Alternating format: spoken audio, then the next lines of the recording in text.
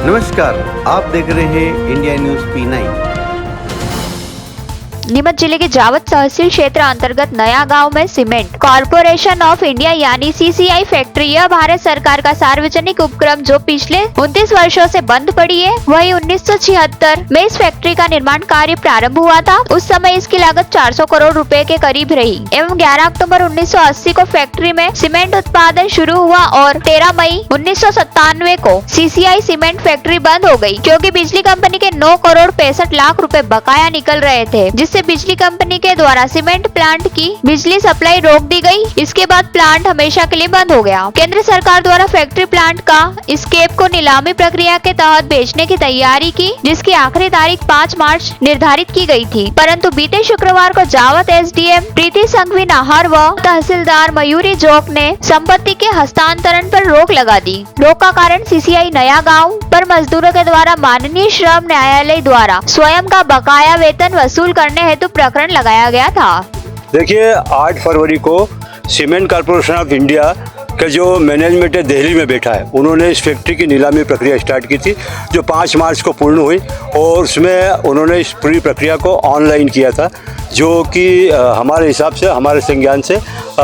किसी भी स्थिति में पारदर्शी तरीका नहीं है। किसी भी सार्वजनिक क्षेत्र की इकाई को या उसके सामान को अगर बेचना है तो उसके लिए पारदर्शी तरीका ये होता है कि स्थानीय अखबारों में इस आशय का टेंडर नोटिस छपाया जाए, इस फैक्ट्री के आगे बड़े बड़े अक्षरों में बोर्ड लगाया जाए कि यहाँ पे फैक्ट्री की नीलामी की जा रही है, इसके सामान की नीलामी की जा रही है, जो है क्या कहते हैं नहीं की गई। हम लोगों का जो वर्कर्स का केस जावद तहसीलदार न्यायालय में चल रहा था, उसमें हम लोगों ने सारे दस्तावेज पेश किए और तहसीलदार ने इस बात को माना और एक बहुत ही न्यायपूर्ण कार्रवाई करते हुए इस फैक्ट्री की नीलामी की प्रक्रिया पे रोक लगा दी है। और उन्होंने ये कहा है कि जो वर्कर्स जिनका मामला यहाँ चल रहा है, श्रम न्यायालय द्वारा ये कहा गया था कि इस फैक्ट्री के प्रबंधन अगर उनका बकाया वेतन नहीं देते हैं तो इस फैक्ट्री की संपत्ति को कुर्की किया जाए और कुर्की करके जो है वर्कर्स का जो है वेतन दिलाया जाए। इस मामले में कल ऐतिहासिक निर्णय आया है और उन्होंने इस पूरी प्रक्रिया पे, नीलामी प्रक्रिया पे रोक लगा दी है और मैनेजमेंट को निर्देश दिया है कि 18 करोड़ रुपया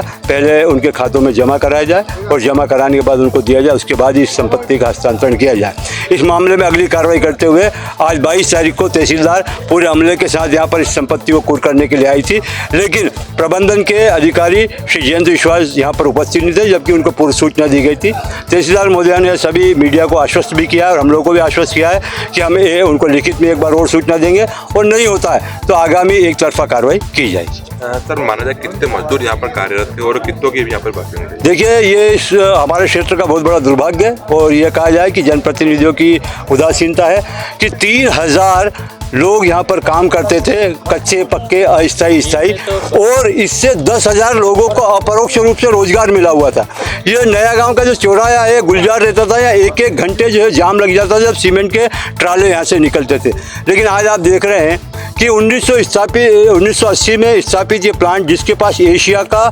सबसे शानदार लाइमस्टोन है, इसके मुकाबले लाइमस्टोन एशिया में किसी खदान में नहीं है, इसके पास पानी की प्रचुर मात्रा है, इसके पास रेलवे स्टेशन नज़दीक है, केवल 2 किलोमीटर दूरी पर रेलवे स्टेशन है। ऐसी तमाम चीज़ें होने के बावजूद ये प्लांट केवल 9 करोड़ 50 लाख रुपए का बिजली का बिल न भर पाने के कारण बंद है 1996-97 से। हम फैक्ट्री के मजदूर और तमाम लोग जो यहाँ की आम जनता है वो लगातार प्रयासरत है कि इस प्लांट को चालू किया जाए। हमारा अगला चरण यही है जो हम इतने सालों से कह रहे हैं कि इस प्लांट को चालू किया जाए, क्योंकि यहाँ के किसानों ने जो ज़मीन दी थी वो सरकार को दी थी, सरकारी फैक्ट्री चलाने के लिए दी थी, न कि किसी निजी उद्योगपति को बेचने के लिए। तो हम ये यहाँ के किसान जो है सब लोग, इन्होंने अपनी ज़मीन दी है, यहाँ पे फैक्ट्री में काम भी किया है, तो हम सरकार से मांग करेंगे अगर आप प्राइवेट लोगों को दे रहे हो तो वो ज़मीन हमको वापस की जाए, हम लोग उस पर खेती करेंगे